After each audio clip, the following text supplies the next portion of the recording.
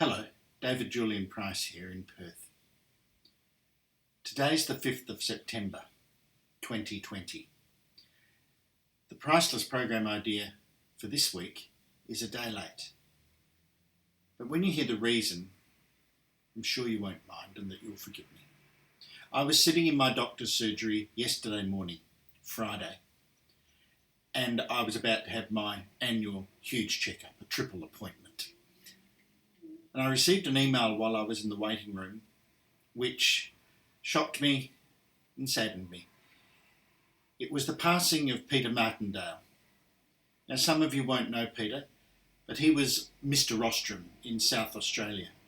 He'd been in Rostrum forever, and he was a huge supporter and contributor to Rostrum.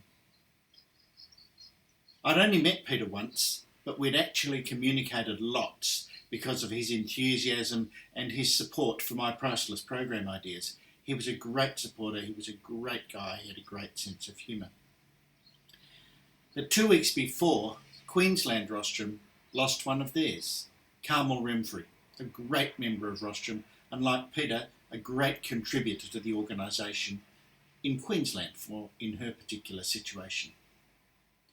And so when I was thinking about this situation, I thought, we need to do a priceless program idea that is about a eulogy. And so today's is roster a eulogy for your members to deliver in a meeting, because very few people get the chance to practice a eulogy. Now, I have a particular thought on eulogies, and you may or may not agree with me, but please just accept my opinion and you can place yours on it as well. I was a marriage celebrant in 1985, or I was appointed in 1985, and part of being a marriage celebrant in those days, and it still is that you also conducted funerals. And I've conducted hundreds of funerals in my time as a celebrant. Back in the 80s, when I was first appointed, the celebrant nearly always did the eulogy. It was unusual for a family member or a friend to do the eulogy or part of the eulogy, although today it's very, very common. But I have a view on a funeral and a eulogy in particular, and that is that it has to be a celebration of the life of the person. And so when I was preparing eulogies, and when I still do eulogies occasionally, I've had to do my mother, my father and my brother, I've injected some humour. Now, not for the purpose of having humour, but simply to reflect the life of the person. My mum, my dad and my brother particularly were very humorous people. They had a lot of humour in their lives, and I reflected that in the eulogy. And so when you're rostering a person in your club to present a eulogy or a part of a eulogy, then encourage them to think outside the box and not limit it to the sadness of the occasion, but to look wider and provide some real interesting information.